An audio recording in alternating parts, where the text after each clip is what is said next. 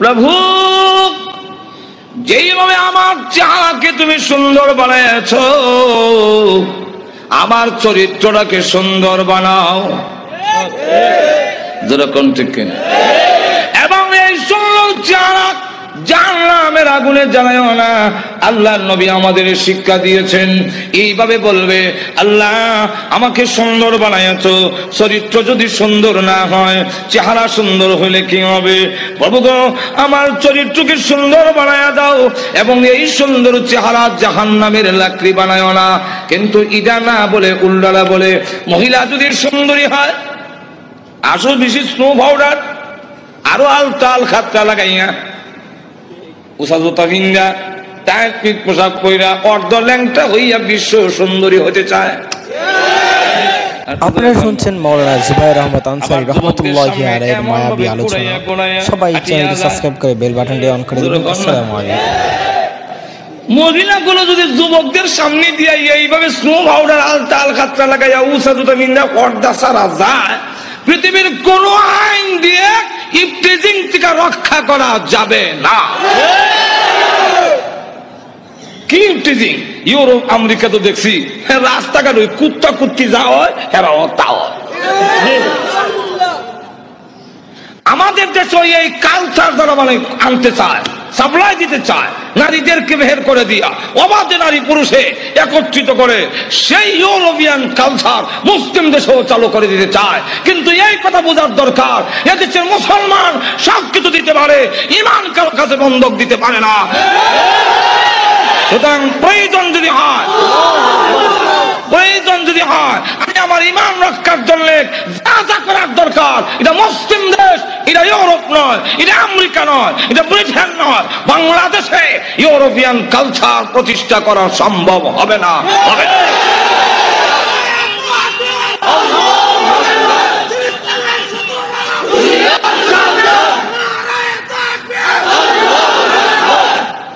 আল্লাহু আকবার। বিমানবন্দরে গেলে দেখবেন, রাস্তায় গেলে দেখবেন, আল্লাহ আমরা তো কোন রকমের চোখ নিচে দিকে আস্তাকুল্লাহ পড়লো, ভিতরে তো হাজার গুতায়। ছায়া দেখ কি হইতেছে, ছায়া দেখ। বহুত কষ্ট করে কম লাগে আস্তাকুল্লাহ, আল্লাহ আলাইতাম না, আল্লাহ আলাইতাম না, দুজন এখন ঠিক। তাইলে মহিলারা যদি এইভাবে যায়, এই টিচিং হইবই। এই ইফটিজিং যাতে না হতে পারে, এই কারণে নারীকে অবরোধের জন্য পর্দা দেওয়া হয় নাই। তাহলে আপনাদের দেশে তো এক রাস্তা দিয়ে 4টা গাড়ি যায়, এমন বড় বড় রাস্তা, সাদা সাদা দাগ দেওয়া আছে, কোন দাগে কত মাইল স্পিডে যাবে সেটাও দেওয়া আছে। আর এক দাগ থেকে আরেক দাগে গেলে আবার এখানে আপনার বাতি জ্বালাইয়া নিয়মতান্ত্রিক ভাবে সাক্ষাটা যদি একটু দাগের ভিতরে থাকে, আপনার জরিমানা 70 পাউন্ড, $115 জরিমানা লেগে যাব। এখন আমি মানবো না, আমার যেমনি ইচ্ছা ডাইন বাম মানি না। যদি আমাকে বাধা দেওয়া হয়, তাহলে আমার চলার পথের স্বাধীনতা হরণ করা হলো। আমি ট্রাফিক লাইট মানবো না, আমি জানবো বুঝলে কি কম মানবেন না কেন? না মানলে তো উশৃঙ্খলতা হবে, এটার নাম স্বাধীনতা না। বুঝলি, এটার নাম যদি স্বাধীনতা না হয়, তাহলে ঠিক তেমনি ভাবে যে আল্লাহ পুরুষকে বলছেন এক সাইডে চলো, নারীকে বলছেন আরেক সাইডে চলো। সুতরাং এখানে যখন মিলে আমার নারী স্বাধীনতার নামে আমার যেমনি মন চাই এমনি চলবো, তাহলে এটার নাম স্বাধীনতা হবে না, এটার নাম উশৃঙ্খলতা হবে। সেও মরবো, আর 2-4টা 10টা পুরুষকে জাহান্নাম হলো আগে।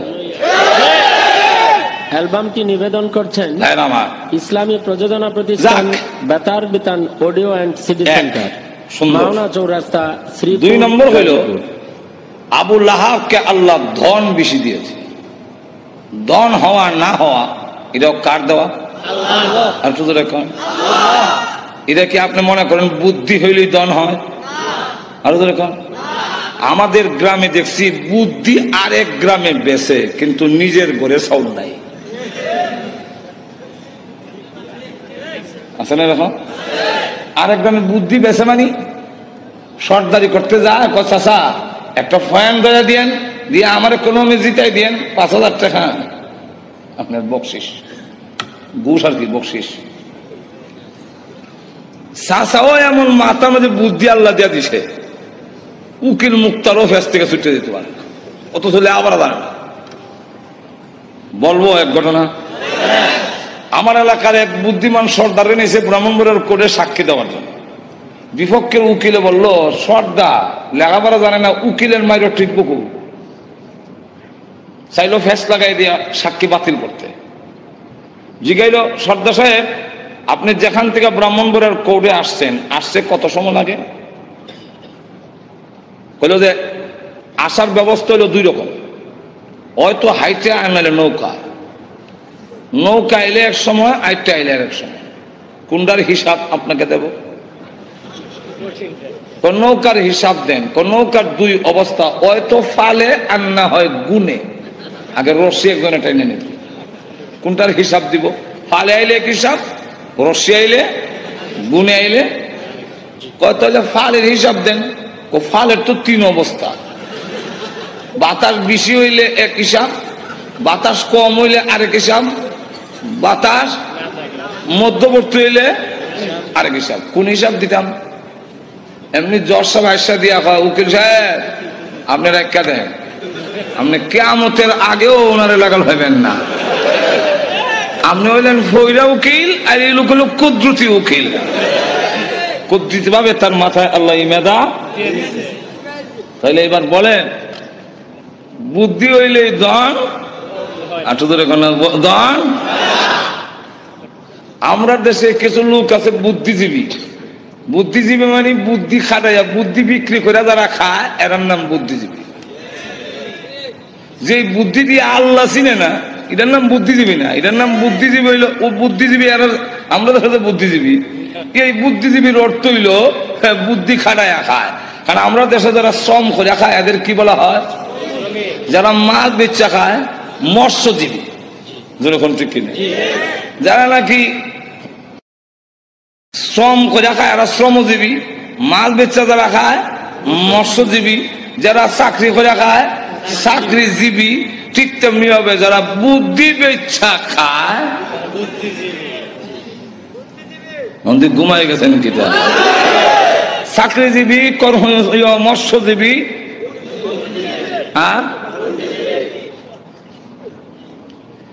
এই বুদ্ধি খাটাইয়া খাইলেই তাদের আমরা বুদ্ধিজীবী বলি না, এরকম বুদ্ধি খাটাইয়া বিলাইও খায়,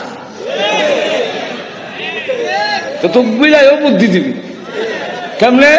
আপনার মাছ বাজি বেগম সব কইরা ডাঙ্গা দিয়ে থইছে, দরজা বন্ধ, উপর দিয়া যে কাজটা আছে বিড়াল কিন্তু ওইটাতে ঢুকছে, ঢুকা ঘরের ভিতরে ঢুককেই সে এটা হামলা দেয় না। একটু অপেক্ষা করিয়া মাথা ঘুরাইয়া দেহে আমার আগমনের ঠার পাইল কিনা।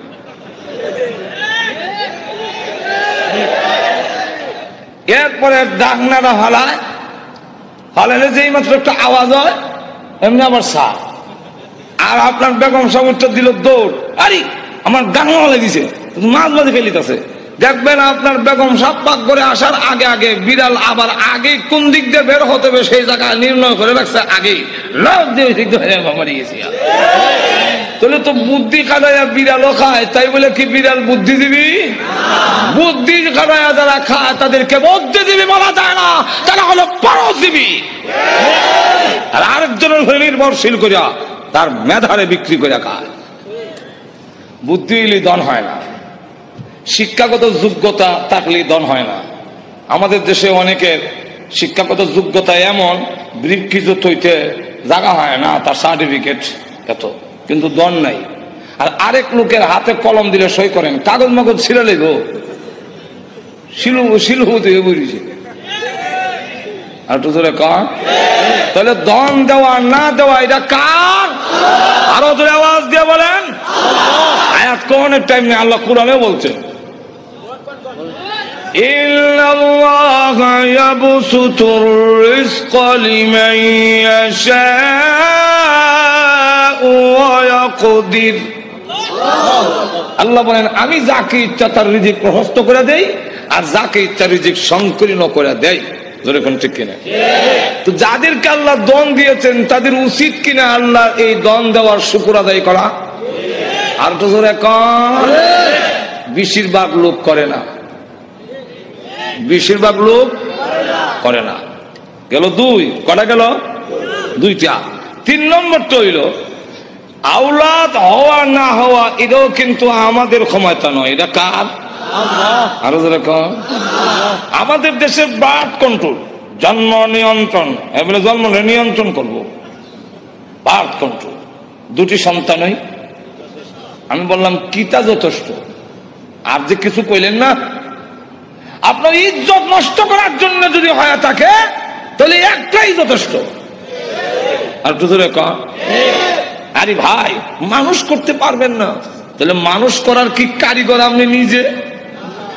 আর দুজনে কন, আমাদের দেশের অনেক শিল্পপতি আছে, তার বাচ্চারা খাওয়াইতে খাওয়াইতে পোল্ট্রি মুরগের লাগান শ্বাস করাইতে পারে না, মন হয়, কিন্তু মাতারার মধ্যে গোবর ছাড়া কিছু নেই।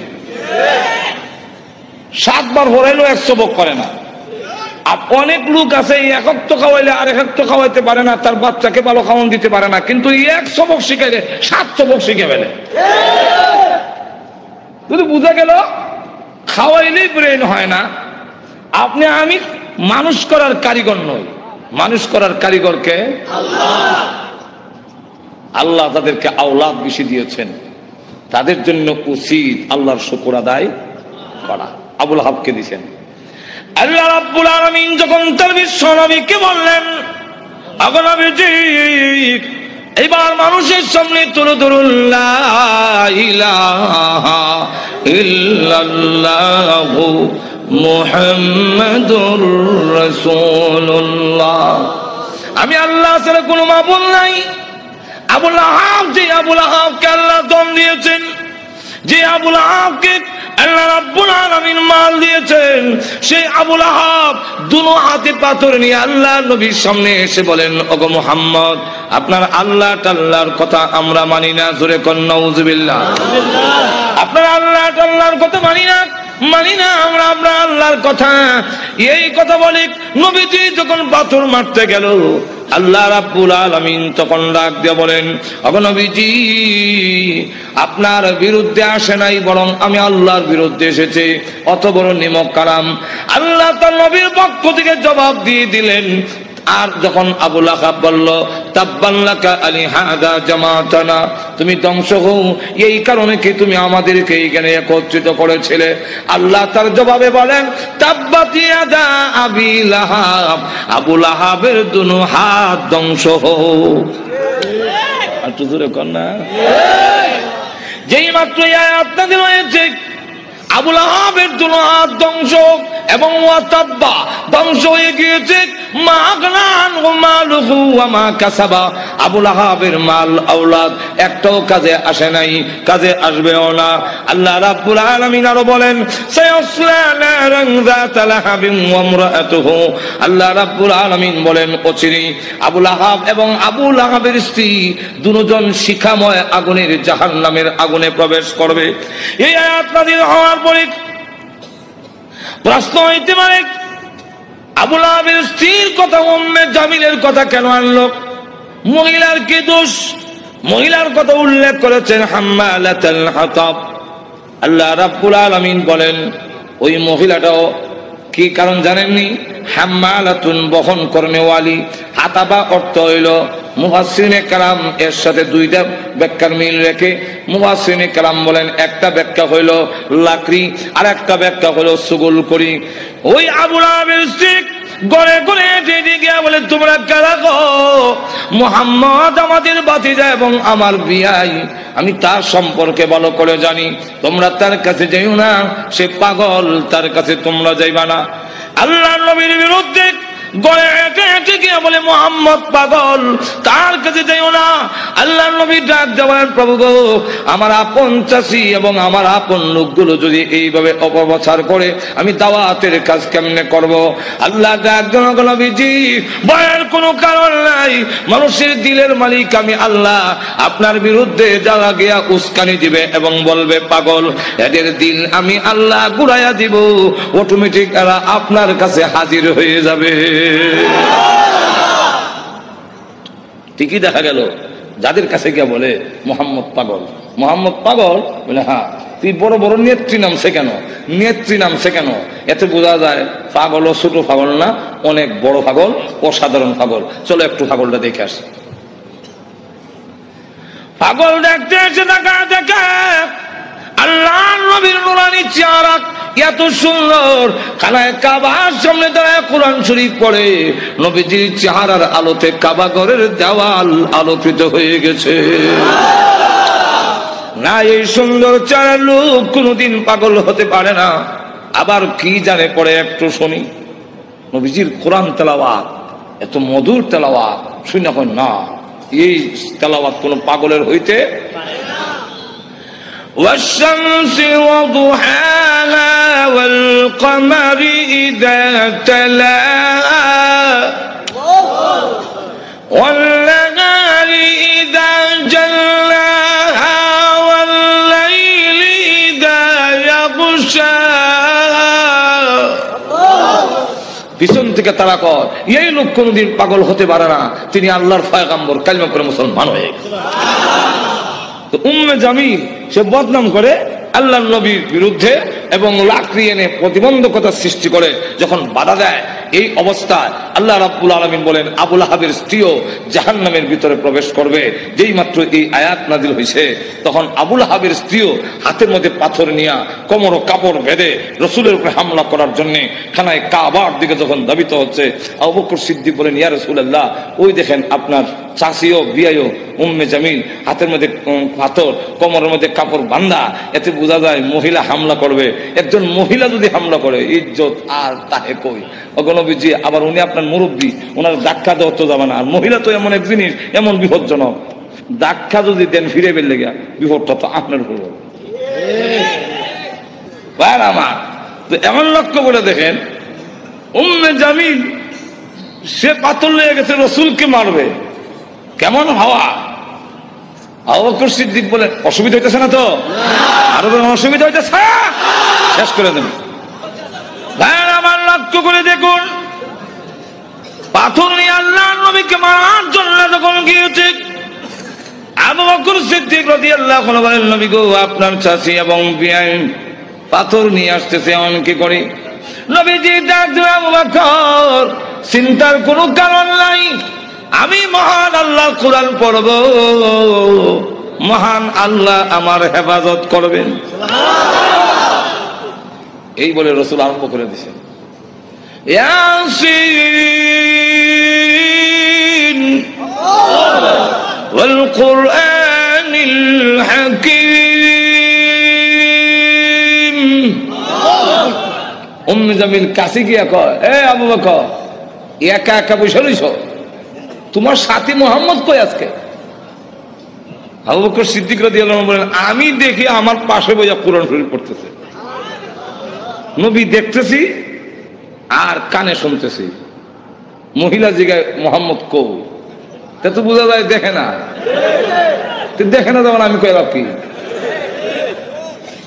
উম্মে জামিল হুমকি দেয়, তার ভাগ্য ভালো, তার কপাল ভালো, পাইলাম না, লুকাইয়ে গেছে, লুকাইয়ে গেছে, পাইলাম না, ভাগ্য ভালো। আর না আন্দাজ পাইছে না, আমার ডাবল হওয়ার, ডাবল হওয়ার মানে দেশ যারা চালায়, এক সর্দারের বউ আমি, আরেক সর্দারের কন্যা। আবু জাহেল আমার বাপ, আবুল আহাব আমার স্বামী। আর ভেঙে ফেলল, ডাবল হওয়া। ডাবল হওয়ার কেমন হইল? সব তোর ভেঙে কোয়া যায় না, বিপদ তো আছে। আমার ডাবল হওয়ার পাইলাম না, তার ভাগ্য বালা। আবু বকর সিদ্দিক বলেন আমি দেখি, তুই দেখোস না, হিরো বুঝলাম না। দেখে যা করছেন ইসলামী প্রযোজনা প্রতিষ্ঠান Betar Bitan audio and CD. সে যখন চলে গেল, আবু বকর সিদ্দিক বলেন হুজুর আমি দেখি, সে দেখলো না কেন? আল্লাহ নবী বলেন আবু বকর তুমি কি কোরআন শরীফ পড়ো না?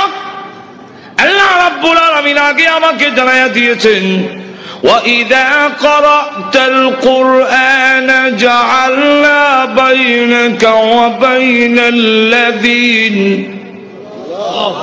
الَّذِينَ يُؤْمِنُونَ بِالْآخِرَةِ حِجَابًا مَسْتُورًا। হ্যালো ভাই, আপনি যখন কোরআন শরীফ পড়েন তখন আপনার আর অবিশ্বাসী বেঈমান কাফেরের মাঝে আমি আল্লাহ হিজাবাম মাসতুরা, গোপন পর্দা দিয়া আপনারে ঢেকে ফেলি। রসুল বলেন, আবু বকর গোপন পর্দাটা কি জানো? ওয়াল্লাহু আ'লাম রাসূলুহু, আল্লাহর রাসূল বলেন আমি যেই দিকে তাকাই সেই দিকেই দেখি অসংখ্য ফেরেশতা আমাকে ঘেরাও করে দাঁড়িয়ে আছে। আবু জাহেল, আবু লাহাব ক্ষুব্ধ হইয়া দুই ছেলে, রসুলের দুই মেয়ের যে বিয়া করেছিল মনে আছে তো? রসুলের কোন একটার নাম উতবা আর একটার নাম উতাইবা। রসুল প্রকাশ্য নবী হওয়ার আগে, রসুল প্রকাশ্য নবী হওয়ার আগে দুই মেয়ে এই দুই ছেলের কাছে বিয়া দিয়েছে, কথা বুঝছেন? এখন সে এই দুইজনের কেন না কয়, তোমাদের শ্বশুর মুহাম্মদের কাছে আমার এবং তোর মার বিরুদ্ধে কোরআনের আয়াত নাযিল হয়েছে, অতএব তোমরা দুজন গিয়ে মুহাম্মদের সামনে বলতে হবে আপনার আল্লাহ টাল্লাহ মানি না। আর একটু জোরে কর না, আল্লাহ টাল্লাহ যেমন বোঝা যায় সাটা, জোরে কোন ঠিক কেমন অবজ্ঞা, অবজ্ঞা কেমন চিন্তা করেন, নিমক আরাম কারে কয়, জোরে কোন ঠিক না? তো গিয়া বলবি আল্লাহ টাল্লাহ মানি না, আর মুহাম্মদের দুই মেয়েকে তালাক দিয়ে আসতে হবে, আর না হয় আমি মনে করব তোমরা আমার অবাধ্য, আর আমার অবাধ্য হইলে যে কিছু পাইবা না এটা তো বুঝো। যেমন বাপ ইমন ফুলা, এটা তো বলার দরকার ছিল, আপনার কথা না মানলে অবাধ্য, আর আল্লাহর কথা না মানলে আর বড় অবাধ্য, যেরকম ঠিক কিনা? আপনার কথা না মানলে আপনার সম্পত্তি থেকে বঞ্চিত হব, আর আল্লাহর কথা না মানলে, নবীর কথা না মানলে জান্নাত থেকে বঞ্চিত হব। অনেক সাহাবীরা তো এরকম করছেন যে বাড়ি ঘর ছাড়তে রাজি, কিন্তু আল্লাহ রসুল ছাড়তে আর তো ধরে কর না। গভীর রজনীতে আল্লাহর নবী বিশ্ব নবী রাহমাতুল লিল আলামিন হুজরা শরীফ থেকে প্রচন্ড শীতের মধ্যে বের হয়েছেন, এমনি তাকায়া দেখে একজন বাঁকা হইয়া দাঁড়াইছে, সোজা হইয়া দাঁড়াতে পারে না, কাপড় এইভাবে ধরে রেখেছে, দাঁড়ায় বলেন আসসালাতু ওয়াসসালামু আলাইকা ইয়া রাসূলুল্লাহ। আল্লাহর নবী বলেন, কে রে তুমি এত গভীর রজনীতে আমাকে সালাম দিচ্ছ? আল্লাহর নবী যেই মাত্র জিজ্ঞাসা করলেন, উনি ডাকলেন, হুজুর আপনি কি আমাকে চিনতে পারেন নাই? আমি আব্দুল্লাহ। আল্লাহর নবী বলেন, কোন আব্দুল্লাহ? ওগো নবীজি, কিছুদিন আগে ইসলাম ধর্ম গ্রহণ করেছি, আমার নাম ছিল আব্দুল উজ্জা, আমি আপনার নামটা পরিবর্তন করে আব্দুল্লাহ রেখেছেন, আমি সেই আব্দুল্লাহ। বলেন, আমার আব্দুল্লাহ তো ধনী বাপ চাচা, তার বাপ চাচা ধনী ব্যবসায়ী ছেলে, সকাল বিকাল কাপড় পরিবর্তন করে আসতো, আজকে তো দেখা যায় গায়ে কাপড় নাই, একটা কাপড়ের টুকরা পরিধান করা, সোজা হয়ে দাঁড়াতে পারে না, তার লজ্জাস্থান খালি হয়ে যায়, হাত দিয়ে ধরে রাখছে কোন রকমে কাপড়ের টুকরা। আল্লাহর নবী বলেন, আমার আব্দুল্লাহর এই অবস্থা কেন? শীতের মধ্যে টরটর করে কাঁপতেছে, কিন্তু কোনো কথা বলে না, কোনো ডাক দেয় না। নবী গো, অপেক্ষায় বসে আছি, কোন সময় আপনি বের হবেন, আপনার নুরানি চেহারা যদি এক নজর দেখতে পারি, তাহলে আমার অন্তরে আর কোনো দুঃখ থাকবে না। আল্লাহর নবী বলেন, কি হলো তোমার এই অবস্থা কেন? আব্দুল্লাহ, হুজুর আপনার দরবারে কেন আসা যাওয়া করি? আমার চাচা আমাকে বলেছেন বাড়ি ছেড়ে দিতে হবে, আর না হয় মুহাম্মদের দরবার ছেড়ে দিতে হবে। নবী গো, আমি ঘোষণা দিয়েছি, প্রয়োজন বুঝে আপনার বাড়ি কেন তাম পৃথিবী ছেড়ে দিতে পারি, কিন্তু একটি মুহূর্তের জন্য বিশ্ব নবীর দরবার আমি ছাড়তে পারবো না। আপনারা যে আমাকে বাড়ির থেকে বের করে দিয়েছে, বের হওয়ার সময় বললো কাপড় চোপড় গুলো দিয়ে যাও, এগুলো তো আমাদের উদ্দেশ্য হইলো আমি উলঙ্গ হয়ে গেলে এটা যাব না, লজ্জায় তখন করে বসে থাকবো, আপনার দরবারে আসবো না। আমি তখন আমার চাচাকে জানিয়ে দিলাম, ওগো চাচা, কাপড় হারাতে পারি, ইজ্জত সম্মান হারাতে পারি, আমি সর্বহারা হতে পারি, কিন্তু আল্লাহর কসম ঈমান হারা এক মুহূর্তের জন্য হতে পারবো না। আজকে যদি শরমের আর ইজ্জতের বয়ে কাপড়ের জন্য আমি ঈমান হারা হয়ে যাই, মৃত্যুর পরে কবর থেকে উলঙ্গ হয়ে আল্লাহর দরবারে উঠব, উলঙ্গ অবস্থায় জাহান্নামের মধ্যে দেওয়া হবে। আল্লাহর নবী আমার কাপড় চোপড়গুলো রেখে দিয়েছে। আমি আমার মার সামনে দাঁড়িয়ে বললাম, মা গো, ও মা, একটা কাপড় দেন না, আমি আমার লজ্জাস্থান রেখে বিশ্ব নবীর দরবারে যাব। ওগো মা, একটা নজর যদি আল্লাহর নবীকে দেখতে পারি তাহলে আমার মনে আর কোনো ব্যথা থাকবে না। এই বলে হুজুর আমার মা একটা কাপড় দিয়েছেন, কোন রকমের লজ্জাস্থান রেখে আপনার হুজুরের সামনে এসে বসে আছি। কোন সময় আপনি বের হবেন, আপনার চেহারা মুবারক একটা নজর দেখার জন্য বসে আছি।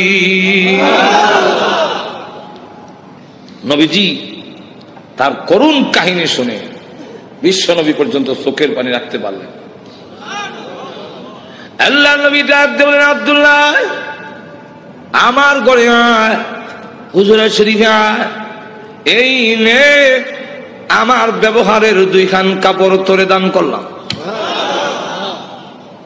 নবীজির 2 খানা কাপড়, ব্যবহারের কাপড়ের দাম আছে না নাই? এরপর থেকে আব্দুল্লাহ জুল বাগাদাইন হয়ে গেল। খালি আব্দুল্লাহ না, এখন টাইটেল লাগছে। আল্লাহ নবী একজন, আব্দুল্লাহ বল তোর কোন আকাঙ্ক্ষা আছে নি? আব্দুল্লাহ হুজুর দুনিয়ার কোন আকাঙ্ক্ষা নাই, আপনার কাছে আমার একটা দরখাস্ত। নবীজি আপনি বলেছেন শাহাদাতের মরণ হইলে মরণের কষ্ট হয় না। আপনি বলেছেন শাহাদাতের মরণ হইলে কবর গেলে মুনকার নাকির আসে না। আপনি বলেছেন শহীদ হয়ে মরলে কিয়ামতের মাঠে কোনো হিসাব কিতাব হবে না, বিনা হিসাবে জান্নাতে যাবে। তাই আমার দরখাস্ত, ওগো নবীজি আপনি আল্লাহর কাছে বলুন আমার শাহাদাতের কামনা যেন মহান আল্লাহ কবুল করে নেন। নবীজি দোয়া করে দিলেন, দোয়া রাসূলের দোয়া, হাত উঠাইতে দেরি আর তো যখন কবুল হইতে আল্লাহ নবী বিশ্বনবী রাহমাতুল লিল আলামিন দোয়া করে দিলেন। এখন আব্দুল্লাহর জন্য দোয়া কেমন কবুল হয়ে গেছে। তবুকের যুদ্ধে গেলেন, কিন্তু তবুকের যুদ্ধটা হলো না, ফিরে আসবেন। আব্দুল্লাহ রাস্তার মধ্যে অসুস্থ হয়ে গেলেন, সেখানে তিনি ইন্তেকাল করলেন। আল্লাহ নবী ঘোষণা দিয়েছেন, আল্লাহর রাস্তায় যখন মানুষ বের হয়ে যায়, রাস্তায় মারা গেল শাহাদাতের সওয়াব তাকে দেওয়া হয়। আমার আব্দুল্লাহকে গোসল দাও, কাফন পরাও, আমি নিজে জানাজার নামাজ পড়াবো।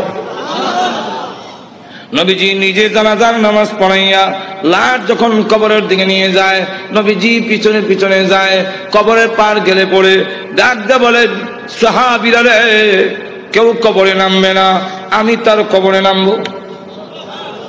নবীজি আব্দুল্লাহ রাদিয়াল্লাহু আনহুর কবরে নামে 2 কান হাত উপর দিকে বাড়ায় দিয়ে বলেন, রে আব্দুল্লাহ, সাহাবীরা দে লাশটা আমার হাতে দে। দে আমার আব্দুল্লাহর লাশ আমার কোলে ছেড়ে দে। নবীজির কোলে ছেড়ে দিলে নবীজি এইভাবে লাশটা উপর দিকে উঠাইয়া আকাশের দিকে তাকায় বলে, আল্লাহ আমি আব্দুল্লাহর প্রতি খুশি, তুমিও খুশি হয়ে যাও।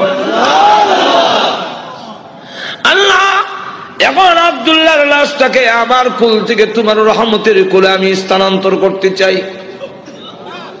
এই কথা শুনে সাহাবীরা গইরে কবর পার কান্না শুরু করেছেন। বিশেষ করে সাদ ইবনে আবি ওয়াক্কাস রাদিয়াল্লাহু আনহু ডাক দিয়ে বলে, মাটিতে গইরে কান্না আর বলে, আব্দুল্লাহ রে, এই লাশটা তোর না হইয়া আমার যদি হতো রে, আমার ভাগ্য কত ভালো ছিল রে আব্দুল্লাহ। এই লাশ তোর না হইয়া আমার যদি হতো, যেখানে আল্লাহর নবী বলতেছেন, আল্লাহ আমি খুশি, মেহেরবানি করে তুমিও আমার আব্দুল্লাহর প্রতি খুশি হয়ে যাও। ভাইরা আমার, লক্ষ্য করে দেখুন, এইভাবে অনেক ঘটনা সারা রাত বললেও তো শেষ হবে না। এইভাবে বাড়ি ঘর ছেড়ে দিয়েছেন আল্লাহর দ্বীনের জন্য, ইসলামের জন্য, আল্লাহ নবীর জন্য। কিন্তু আবু লাহাবের ছেলে যেমন বাবা তেমন ছেলে উতবা আল্লাহ নবীর সামনে গিয়ে বলে, ওগো মুহাম্মদ, আপনার আল্লাহ টাল্লা এগুলো আমরা মানি না। আর তো জোরে কর না। আর নবীজির সামনে দাঁড়ায় বলে, আপনার 2 মেয়েকে তালাক দিলাম। নবীজির তাফসীরে মাযহারিতে লেখে, আল্লাহ নবীর উপরে হামলা করে টান দিয়ে জামা ছিঁড়ে ফেলেছে। নবীজি চোখের পানি ছেড়ে দিয়ে কাঁদলেন, হ্যাঁ প্রভু, আমার জামা ছিঁড়েছে, এই জন্য আমি ব্যথা পাইনি। আমি কত আঘাত খাইলাম তোমার দ্বীনের জন্য, তোমার জন্য, তোমার দ্বীনের জন্য যদি আমি কষ্ট পাই, আমার তেমন কষ্ট লাগে না। ও প্রভু, আমার মেয়েকে তালাক দিয়েছে, এই জন্য দুঃখ লাগে নাই, দুঃখ লেগেছে। আমার সামনে যদি তোমাকে কেউ অবজ্ঞা করে, তোমাকে অপমান করে, আমি রাসূল কখনো বরদাস্ত করতে পারি না। ভাইরা আমার, বাস্তবিক যাদের ভিতরে ঈমান আছে, ঈমানদার কখনো দুনিয়ার সকল কিছু বরদাস্ত করতে পারে, কিন্তু আল্লাহ নবীকে অপমান করবে, এই পৃথিবীর কোন মুমিন কখনো বরদাস্ত করবে না। এর নামই হলো ঈমান। জোরে কোন ঠিক কিনা? ওই জন্ম দেখ, আল্লাহর জন্য, আল্লাহর নবীর জন্য, আল্লাহর দ্বীনের জন্য মুমিন তার জীবন উৎসর্গ করতে পারে, কিন্তু আল্লাহর অবমাননা কখনো মুমিন বরদাস্ত করতে পারে না। আর আমার আল্লাহর নবী, আল্লাহর মহব্বত নবীর অন্তরে বেশি না কম? আর তো দূরে কর না, সকলের চেয়ে বেশি না কম? নবীজি কান্দেন আর বলেন, প্রভু গো, আমার সামনে কেমনে কয় তুমি আল্লাহ টাল্লাহ, এত বড় নিমক কারাম আল্লাহ আমি কেমনে বরদাস্ত করি? আল্লাহ ডাক দেওয়ার, নবী গো, আমি বানাইছি, নিজের সন্তান যদি নিজের দারিদ্র্য টান মারে দুঃখ লাগে না? না লাগে? নিজের সন্তান যদি কিল মারে খাবলায় কষ্ট লাগে না? আপনার কষ্ট লাগে না, কিন্তু দেখবেন আপনার মা এই জিনিসটা বরদাস্ত করবে না। আপনার ছেলে আপনাকে যদি দারিদ্র্যের টান মারে, আপনার কিন্তু কষ্ট লাগে না? আপনার যদি খাবলা মারে, আপনার কষ্ট লাগে না? মাথা ষোলো টানে, আপনার কষ্ট লাগে না? লাথি মারে, কষ্ট লাগে না? কিন্তু আপনার মা যদি দেখে, তখন বরদাস্ত করে না। দেখি তাহলে আল্লাহ ডাক দিয়ে বলেন, আমি বানাইছি মানুষ, এই মানুষ যদি আমার সাথে বেয়াদবি করে, আমাকে গালি দেয়, আমার বিরুদ্ধে বলে, এত আঘাত লাগে না, কিন্তু আমার নবীকে যদি কেউ কিছু কয়, আমি আল্লাহ বরদাস্ত করি না। আমার নবীর বেয়াদব আমি আল্লাহ ছাড় দেই না। আমার নবীর গায়ে আঘাত করলে আমার কষ্ট লাগে। সে পাথর নিয়ে আপনাকে মারতে এসেছে, এই জন্য আমি আল্লাহ আয়াত নাযিল করে জানায়া দিলাম। নবীজি এখন বদদুয়া করেন, আল্লাহ তোমার কুকুর সমূহ থেকে একটা কুকুরের উপরে মুসাল্লাত করে দাও, ছড়ায়া দাও। আল্লাহ আবু লাহাবের ছেলে উতবার উপরে তুমি কুত্তা লাগায়া দাও। আল্লাহ নবীর দোয়া হোক বদদুয়া হোক, জবান থেকে বের হতে দেরি হয়, আল্লাহর দরবারে তা কবুল হইতে একটা মিনিট দেরি হয় না। আর না হয় উমর যেখানে তরবারি নিয়ে গেলেন নবীকে মারার জন্য, ঘুরে গেল আর একদিকে, ঘরের কাছে গিয়ে শুনে, সামনে গিয়া শুনলো যে তোমার বোনের জামাই মুসলমান হয়ে গেছে। সেখানে গিয়ে যখন ঘরের সামনে দাঁড়াইছে, শুনে ঘরের ভিতর থেকে কোরআনের আওয়াজ আসে। হ্যাঁ, কিসের আওয়াজ? আস্তে আস্তে পড়তেছে, আউযু বিল্লাহি মিনাশ শাইতানির রাজীম। উমরকে কি পড়ে কলজা দিছিল না?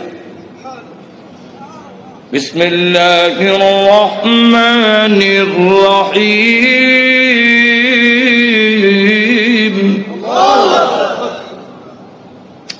এই করকে আওয়াজ হইনা, ফাতেমা কাহা আজরাইল আইছে, দরজা খুলছে। আর পড়ায় যে হযরত খাব্বাব রাদিয়াল্লাহু, তিনি দরজার আড়ে লুকাইয়া গিয়া, আল্লাহ লা ইলাহা ইল্লা সুবহানাকা ইন্নী। বোন এবং বোনের জামাইরে তো একবারে মারবে না। উমর তো আমারও দুই টুকরা করলো, তরবারি আতুই আছে, দরজার আড়ে লুকাইয়া খালি খতমে রস করে। উমর ঢুকা তার বোনরে দিল এক তাপ্পর, বোনের জামাইরে তাপ্পুর খাইয়া উল্টে গিয়ে বসছে। বোন বাধা দিয়ে, আমার স্বামীরে মারো কেন? দিলাম তোরা একটা। বোন যখন তাপ্পুর খাইছে, খানে পর্দা ফেটে গেছে, বোন তখন কয়, শোনো, তুমি যেমন খাত্তাবের ছেলে, আমিও খাত্তাবের মেয়ে, তুমি জানো না ইমান এমন এক জিনিস, এটার মধ্যে যত চাপ দেওয়া যায় অত এটার স্পিড। ইমানদার এমন এক জিনিস, এটার যত গুতা দিব অত ভালো উঠবো। গুতা দিত না ঘুমায় থাকবো। চিড়িয়াখানা গেছে, দেখে চিড়িয়াখানা এক বেটা গিয়া দেখে ফিঞ্জিরের ভিতরে রড দিয়া বাঘ তো আটকাইতেছে, দেখছেন না? তো চিড়িয়াখানার খানা এটা তো উন্মুক্ত না, সে যেভাবে মুক্ত গরু ধরে খাইতো এভাবে তো খাইতে পারে না, সামান্য খাওয়ান ভাই সরু রয়েছে। তো ধর্ষণার্থী একজন দেখুন না লোকটা কয়, এটা শুনছি বাঘ, এটা দিয়ে ছাগল। বাঘে না মানুষ দেখলে তর্জন গর্জন করে, এটা দিয়ে কিচ্ছু কয় না, দিছে ছাতিটা গুতা। নিবেদন করছেন খাওয়ান ঠিক ভাই হয় না করে রইছিলাম তোমার এখানে বুড়া কিমিরে কামড়া সিটি সেন্টার মোর গুতা দেশ করে জানাস না ভাত গুতা দিলে হালদা উঠবো, যেমন গুতা দিছে আমি হাত হাত করে দেন খালিছে জুতা মুজা হাতে হালাই একটা দিছে তো দূরে কোন ঠিক কিনা ফাতেমা ডাক দেখো ভাই তুমি যে আমার চট দিছে মনে করছো আমি বন্ধ হয়ে যাবো? সুস্পষ্ট করে বলে দেই, সত্য ধর্ম গ্রহণ করছি, মারতে পারো, জীবন গেল ছাড়তাম না। এখন কয় এই এটা নিয়ম, মানুষ যখন দ্বীনের উপরে ইসলামের উপরে অটল অচল থাকে তখন তারা আল্লাহর সাহায্য আসে, আর যারা নির্যাতন করে হেরার দিলের মধ্যে আল্লাহ ডর ঢুকাইয়া দেয়। তোমার কয় ইয়া তো মারলাম তো সামলাইতাম পারি না, কি পড়ছিলে দেখো না, তোমাকে দেওয়া যাবে না। কেন? এটা কোরআনের অংশ। ইন্নাহু লাকুরআনুন কারীম ফি কিতাবিম মাকনুন লা ইয়ামাসসুহু ইল্লাল মুতাহহারুন।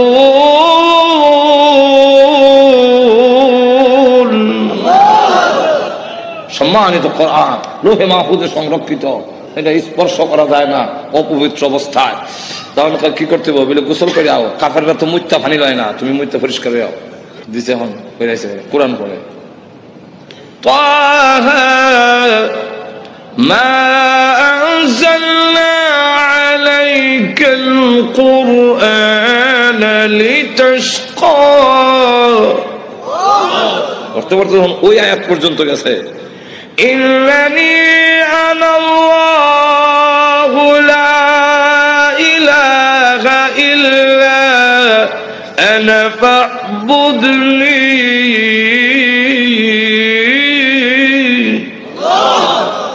দেখে চোখ থেকে পানি নহর চালু হয়েছে। এমনি ডাক দেখো বোন, আমার মোহাম্মদের দরবারে নিয়ে আসল। তো পর্দার আড়ালে যিনি লুকাই আছিল দরজার আড়ালে, মনে আছে তো? ঘটনা কোনটা আমার উদ্দেশ্য না, ঘটনা হলে তো এইটার মধ্যে 1 ঘন্টা দেবো, ঘটনা হওয়া উদ্দেশ্য না। উদ্দেশ্যটা হইলো ওই কথাটা বুঝে পেলে গা দরজার আড়াল থেকে এমনি কয় আর লুকাই থেকে লাভ নাই। এখন বুঝে লেছি উমর মারতো না। তো সংবাদটা আমি আগে দিলাই, কারো সুসংবাদ আগে দিতে একটা মনের মধ্যে একটা আনন্দ পাওয়া যায়, তো আমি আগে দিলাই। এমনি দরজার বাইরে থেকে আড়াল থেকে বেরিয়ে কয় হ্যাঁ মা, তাদেরকে কোরআন শরীফ আমি পড়াইছিলাম। আচ্ছা, তো আপনাকে সুসংবাদটা দেওয়ার জন্য বেরিয়েছে, কেন লুকাই আসলাম? কি সুসংবাদ? দারুল আরকাম গোপন ঘাঁটি, যেখানে দিন প্রচার করা হয় লুকাই লুকাই এখান থেকে, এটার নাম ছিল দারুল আরকাম। এই দারুল আরকামে গত রাত্রে আমি বিশ্ব নবীকে দোয়া করতে শুনছি। আল্লাহ রসুল বলছেন আল্লাহুম্মা আইজ্জিল ইসলামা বি আহাদিল উমরাইন। আল্লাহ 2টা উমর থেকে একটা উমর ইসলামের ভিতরে এনে ইসলামের শক্তিশালী করে দাও। একটা হলো উমর ইবনুল খাত্তাব, আর একটা হলো উমর ইবনে হিশাম, যার টাইটেল হলো আবু জেহেল। আগে আসলে আবুল হেকম, এরও নাম উমর, আর এই আমিরুল মুমিনিন উনার নামও উমর। আল্লাহ রাসূল বলেন এই 2টা উমর থেকে একটা উমর আমারে দাও। আল্লাহ রাব্বুল আলামিন মনে হয় গত রাত্রের রাসূলের দোয়াটা তোমার বেলায় কবুল হয়ে গেছে। কথাটা বুঝলেন? তো রসুল দোয়া করতে দেরি হয়, বদদোয়া হোক এরকম। তো এই অবস্থায় দোয়া যখন বদদোয়া হোক আর দোয়া হোক কবুল হয়ে যায়, রসুল যখন কইয়া দিলেন কুকুর সমূহ থেকে একটা কুকুর ছড়াইয়া দাও, এখন দেখেন কি হয়। আবু লাহাবের ছেলে উতবা, সে সিরিয়ার থেকে ব্যবসায়ী কাফেলা নিয়ে আসতেছে। রাস্তার এক জায়গার মধ্যে বিশ্রামের জন্য তাদের গমের বস্তা, খেজুরের বস্তা তৈছে। এমনি দেখে পাহাড়ের টিলার মধ্যে একটা ভাগ বৈশা খালি মাথা ঘুরাইয়া আবু লাহাবের ছেলে উতবারে ভালো করে দেখে, যেমন বোঝা যায় গোয়েন্দা অফিসার আসামি দেখতেছে, এমনি সে ডাক দিয়া কয়, ও আমার সাথীরা, বাঘ যেভাবে আমার দিকে চায় এতে বোঝা যায় মুহাম্মদের বদদুয়া কবুল হয়ে গেছে। তো রসুল তো বলছিলেন কুকুর, এখন তো বাঘ, উল্টা দি না, উল্টা না, রসুল কুকুর দিয়া বাঘই বুঝাইছেন, এরাও বুঝছে। এর কারণ রসুল বাঘ কইয়া কুকুর কইয়া কুত্তা বুঝাইলেন কেমনে? কুকুর মানে বাঘ, বাঘ মানে কুকুর, দুইটার একটা মিল আছে। কি মিল? চতুষ্পদ জানোয়ারের মধ্যে কুত্তা হাও আলগি দিয়া পেশাব করে, আর বাঘও হাও আলগি দিয়া পেশাব করে। তাহলে মুতায় মুতায় দুইটার একটা মিল আছে। হাইওয়াতুল হাইওয়ান নামক কিতাবের মধ্যে এই ইয়েটা দিচ্ছেন, কথা বুঝছেন? এখন আসুন, তাহলে দেখা গেল এই অবস্থায় সকলে আপনি আমাদের ছেলে, সর্দারের ছেলে, আপনার সিকিউরিটির ব্যবস্থা আমরা করবো। আপনি ভয় পাচ্ছেন কেন? সিকিউরিটি তারা করবো। সিকিউরিটি কত সিকিউরিটি বন্ধ করলে খারাপ হিসেবে যায়, লোক নাই, মানুষ নাই, গেল এরকম বহুত ঘটনা। আটো ধরে এখন না, গজব আসবার হইলে ফিরাইতে পারে না। এখন দেখা গেল সিকিউরিটি দিব, তখন তারা সব গমের বস্তা, বুঝলেননি, আর খেজুরের বস্তা একখানে একত্রিত করে একটা উঁচা পাহাড়ের টিলার মতো, মানে সেখানে জায়গা করে দিয়ে বলেন, আপনি সেখানে ঘুমান, আমরা নিচে ঘুমাবো। বাঘের নিয়ম হইল আগে যারে পায় তারে খায়, তা আমাদেরকে খেয়ে না মেরে খাবে, এর আগে তো না। ঘুমান, মানুষ সব ঘুমাইছে, হ্যাঁ, ও নাক ডাকা। যখন নাক ডাকা আরম্ভ হয়েছে, বাঘে কয় আমার যাওয়ার টাইম হয়েছে। আল্লাহ যাইবার আগে গন্ধটা তোর নাক ফিট করে দেয়, এই গন্ধে যারে পাবি তারে ধরবি, উল্টা পাল্টা ধরিস না। বাঘ গিয়া যতদিক ঘুমাইছে সব থেকে চেক করে,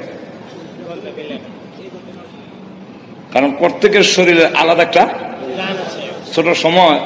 বাইসাব যখন কোথায় গেঞ্জি রানলে, আমার গেঞ্জি রানিচ্ছেন, এখন কোন গেঞ্জি আব্বার কোনটা বাইসাব বুঝতাম কেন, আর নিলে থাপ্পর খাম, উল্টা পাল্টা নিলে তো না হো লাগাইতাম, না করে লাগাই বুঝতাম এটা আব্বার গেঞ্জি, এটা বাইসাব গেঞ্জি, গন্ধের শরীরে একটা গন্ধ আছে না। তো বাঘে গিয়ে সবচেয়ে চেক করে, গন্ধ তো মিলে না, আমার আসামি কো, মাথা ঘুরাই দেখে বস্তার ঘুরে একটা ঘুমায় নাক ডাকাইতেছে। তাহলে এটা দেখে ফেলি, লাভ দিয়া বস্তার ঘুরছে, ওইটা নাক লাগাইতে পারে, এই যে আমার আসামি বলা হচ্ছে।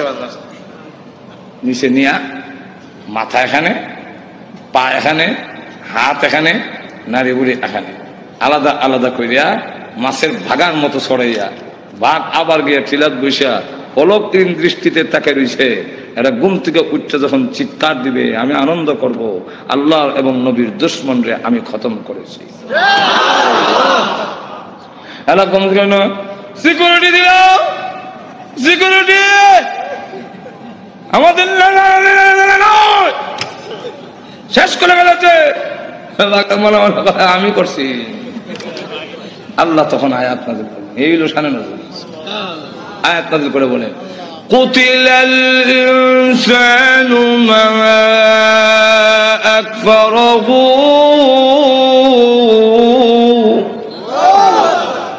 মানুষ ধ্বংস হয়েছে নি, আর তো রক্ষা করতে পারছে?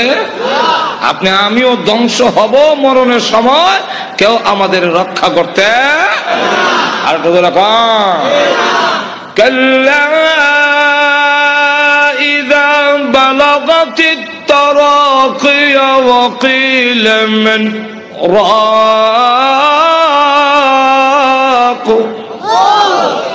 যখন কন্ট্রোল হইতে জানা আসবে, কেউ রক্ষা করতে পারবে না। আল্লাহ তখন আয়াত নাযিল করে বলেন, কুতিলাল ইনসান, মানুষ ধ্বংস হোক, মানুষ বড় অকৃতজ্ঞ। এখন আল্লাহ এক একটা নিয়ামতের কথা তুলে ধরে বলেন, তুই যে অতিকৃতজ্ঞ হইলে একটু চিন্তা করলি না?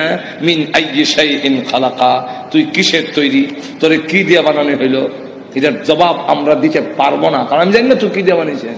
এর লাগে আল্লাহ নিজেই জবাব দিয়েছেন, মিন নুতফা, নাপাক পানি দিয়ে বানাইছি, যেটা অত্যন্ত ঘৃণিত। আমি আল্লাহ এত সুন্দর করে তোরে বানাইলাম, আবার বানাইছি যে খালাকাহু ফাকাদ্দারাহু, কাদ্দারা ইউকাদ্দিরু, এটার দুইটা ব্যাখ্যা। একটা ব্যাখ্যা হইলো তোমাকে এইভাবে বানাইলাম, গরু ছাগল এইভাবে না, তোমার কুদরতি স্প্রিং দিয়ে জায়গায় জায়গায়, মানে কুদরতি স্প্রিং, যেরকম ঠিক কিনা কুদরতি স্প্রিং। এরপরে গরু এমনি যেরকম ঠিক কিনা। কিন্তু মানুষ, তুমি সেলুনে গেছে চুল কাটবা, ডাইন দিকে বামে বামে যেরকম ঠিক না ঠিক না।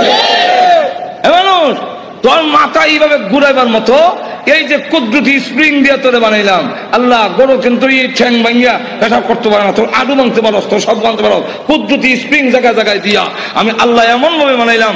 আবার তুমি যখন বস্তা লইবে মাথা, তখন রড থেকে আরো শক্ত, যেরকম ঠিক না ঠিক না। খালাকাহু ফাকাদ্দারাহু। আর একটা কাদ্দারার ব্যাখ্যা হইল কাদ্দারা ইউকাদ্দিরু তাকদীরান। এর অর্থ হলো তুই অত হতাশ হওয়ার দরকার নাই, অত পেরেশান হওয়ার দরকার নাই, সুদে ঘুষে খাওয়ার দরকার নাই। তোমার কপালও তোমাকে জন্মের 50,000 বছর আগে কপাল লেখা কয়টা দোকানের মালিক অবি, এটা লেখকেই তোকে দুনিয়াতে পাঠাইছি। যার বাস্তব প্রমাণ, যার বাস্তব প্রমাণ কপালে যদি না থাকে, বিদেশি ডিগ্রি থাকলেও বাংলাদেশের এমপি হতে পারে না, এমন ঘটনা বাংলাদেশও আছে। এমন শিক্ষিত লোক আছে যে আরেক দেশও গিয়ে পড়ায়, বিদেশ গিয়ে পড়ায়, এমন বড় ব্যারিস্টার আছে বাংলাদেশও, কিন্তু বুট পায় না। আর তো ধরে কন্যা বাংলাদেশে এমন ঘটনাও আছে, উচ্চ শিক্ষিত তো উচ্চ ডিগ্রি নাই, কিন্তু বাংলাদেশ সরকার প্রধান হয়েছেন। কেন হয়েছে? এটা কপালও লেখা, ধরে কোন ঠিক না ঠিক না। আর এটা ওই তালনাকে লেগিয়া অত বড় ব্যারিস্টার হইয়া সংবিধান রচনা করিয়া ও তো পারে না, খেলে না হওয়ার কারণ হলো এর কপালও এমপি লেখা নাই, ঠিক কিনা। আল্লাহ তাই বলেন, এক একটা নিয়ামত উল্লেখ করে আমাদেরকে বুঝাইছেন, নিমক হারাম হইও না। আল্লাহ আমাদের সকলকে তৌফিক দান করুন। সকলে বলেন আমিন ওয়া আখিরু দাওয়ানা আলহামদুলিল্লাহি রাব্বিল আলামিন। দোয়া হয়ে যাবে নুজুলের রহমতের সময়। আজকে বৃহস্পতিবার দিন গিয়া রাত, শুক্রবারের রাত, এই রাতটার দাম সব কদরের রাতের সমতুল্য। আল্লাহুম্মা সাল্লি আলা সাইয়্যিদিনা আলহামদুলিল্লাহ। ربنا ظلمنا أنفسنا وإن لم تغفر لنا وترحمنا لنكونن من الخاسرين. ربنا اغفر لنا ولوالدينا رب ارحمهما كما ربياني صغيرا. رب ارحمهما كما ربياني صغيرا. রব্বুল আলামিন तमाम জীবনের গুনার বোঝা মাথায় নিয়ে আসামির বেশে, অপরাধীর বেশে, বিক্ষোভ কাঙ্গালের মতো আলেম উলামা নিয়ে, সাদা দাড়িওয়ালা মুরব্বী নিয়ে, নওজোয়ান ভাইদেরকে নিয়ে, মাসুম বাচ্চা নিয়ে, পর্দার আড়ালের নেককার মা বোনদেরকে নিয়ে আমি গুনাহগার তোমার শাহী দরবারে হাত বাড়াইলাম। মেহেরবানি করে গো জিন্দেগির গুনাহ মাফ করে দাও। আল্লাহ জানি না আজকের এই মোনাজাত কার জন্য জীবনের শেষ মোনাজাত। কত মানুষ ঘুমায় আর উঠে না, কত মানুষ ঘর থেকে বের হয় আর ঘরে ফিরে আসে না। আল্লাহ জানি না কার জন্য কাপড়ের কাপড় দোকানে জমা হয়ে গেছে। আল্লাহ মৃত্যু আসার আগে আগে আমাদের তুমি মাফ করে দাও। তুমি যদি মাফ না করো, বলো না আমরা কোথায় যাব, কার কাছে? আমাদের তো যাইবার আর কোনো জায়গা না। আল্লাহ আমরা যে যে উদ্দেশ্যে তুলেছি প্রত্যেকের নেক আশা পূরণ করে দাও। আমাদের মধ্যে যারা অসুস্থ বেমারি আছেন তুমি শিফা করে দাও। আল্লাহ আমাদের সন্তানগুলোকে নামাজি দিনদার পরেজগার বানায়া দাও। আল্লাহ আজকের এই মাহফিলের আয়োজন যারা করেছেন, শোনার জন্য যারা এসেছেন, সাহায্য সহযোগিতা যারা করেছেন, আল্লাহ সকলের জন্য এই মাহফিল কিয়ামতের মাঠে নাজাতের ওসিলা বানায়া দিও। আল্লাহ যে মসজিদের নির্মাণের কাজ আরম্ভ করা হয়েছে, এই মসজিদে তুমি কবুল করো। আল্লাহ তোমার নবী, বিশ্ব নবী রাহমাতুল লিল আলামিনের অত্যন্ত আদরের স্ত্রী হযরত আয়েশা সিদ্দিকা রাদিয়াল্লাহু আনহার নামে আল্লাহ এই মসজিদ তুমি কবুল করে দাও, সকলের জন্য নাজাতের উসিলা বানায়া দাও। যত জরুরত আছে, প্রয়োজন আছে, তোমার গায়বী খাজানা থেকে পুরা করে দাও রব্বুল আলামিন। আল্লাহ অনেক পরীক্ষার্থী আছেন, আল্লাহ পরীক্ষায় আল্লাহ কামিয়াব হওয়ার ব্যবস্থা করে দাও। আল্লাহ পরীক্ষার মধ্যে উত্তীর্ণ হওয়ার ব্যবস্থা করে দাও। আল্লাহ আমাদের পক্ষ থেকে আল্লাহ কোটি দুরূদ আর সালাম সোনার মদিনা পৌঁছে দাও। আল্লাহ যত মুমিন মুমিনাত কবরে ঘুমাইয়াছেন, সকলের কবরের আযাব মাফ করে দাও। এই এলাকার মাটির নিচে যত মুর্দা ঘুমাইয়া আমাদের মুখের দিকে হাতের দিকে তাকিয়ে আছেন, মেহেরবানি করে সকলের কবরের আযাব মাফ করে দাও। বিশেষ করে আমরা